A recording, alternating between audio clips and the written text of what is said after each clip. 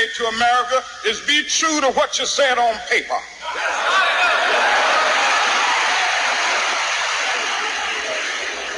If I lived in China or even Russia or any totalitarian country, maybe I could understand some of these illegal injunctions. Maybe I could understand the denial of certain basic First Amendment privileges because they haven't committed themselves to that over there. But somewhere I read of the freedom of assembly. Somewhere I read of the freedom of speech. Somewhere I read of the freedom of press. Somewhere I read that the greatness of America is the right to protest far right. We hold these truths to be self-evident, that all men/women are created equal, endowed by their Creator with certain inalienable rights, among them being life, liberty, and the pursuit of happiness. The pursuit of happiness. What does racism take from us? That pursuit. Of happiness. But what it can't take, as William E. Du Bois said, it cannot take our laughter, our defiant laughter, that we laugh in the face of these feeble attempts to reduce me to something that I will never be reduced to. And that's why I never referred to people as slaves. We were enslaved. We were never slaves. We never gave up our human right, our dignity as people. We have never accepted slavery. We had to live on it, but we've never wanted it. So we know that this flag is drenched with our blood. So what the young people are saying now, give us a chance to be young men, respected as a man, as we know this country was built on the black backs of black people across this country. And if we don't have it, you ain't gonna have it either, because we gonna tear it up. That's what they saying.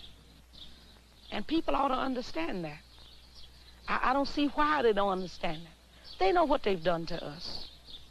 All across this country, they know what they've done to us. And what slavery and Jim Crow segregation did with black folk, it intentionally maldistributed all the resources away from black folk and created a real-life monopoly game. And if you know anything about monopoly, monopoly is based on everybody sitting down and getting a fair share of the resources, the money in their hand before the game starts. Primary principles that go around the board and take the money that you have and buy land. Then you buy businesses like electric company, the railroad, and the water company. And when you develop your land, you put houses on it. And once you could receive enough rent from people landing on your houses, you then take your money and buy hotels. If you buy the hotels, you sit there and wait for all the rest to come around and land on your property and bring some wealth and power home to you. And see, my people have been playing real-life monopoly with no money, going around the board hoping the world that they can land on free park and income tax and charity. And you land on the wrong property monopoly, you got two choices. You either go to jail or you go bankrupt and get out of the game. To say that this gentleman and all other people who are not blessed with melanin at this point in time, to understand that what has happened in our history is that you have been misinformed as much as we have been misinformed. Much of the information that is brought forth, not only from Dr. Muhammad, but other areas, other scholars, are not available to you, as the sister said, in your curriculums that you have for 400 years when you did not allow us to read and write and was being hidden. Whether you, sir, personally did that or not, it was a legacy that was passed on to you. And I end by saying the Holocaust is simply the greatest atrocity on film. Ours was not filmed. Thank you. Black people's lives, being self-determining, defining yourself, naming yourself, having political power. We're a nation already without political power and military power. And as black women, we have to be the inspiration for the nation, for our men. We have to start out into the community educating the children, educating ourselves. Because once we educate ourselves, the children will become educated, because we are the ones that teach the children. We are the ones that decorate the homes.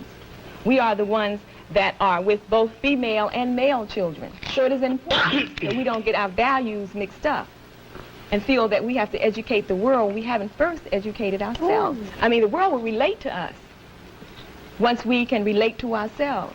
think we are afraid of definitions and afraid to set guidelines because we might have to live by them. But every society needs a value system. Every society has a criteria in which they live by.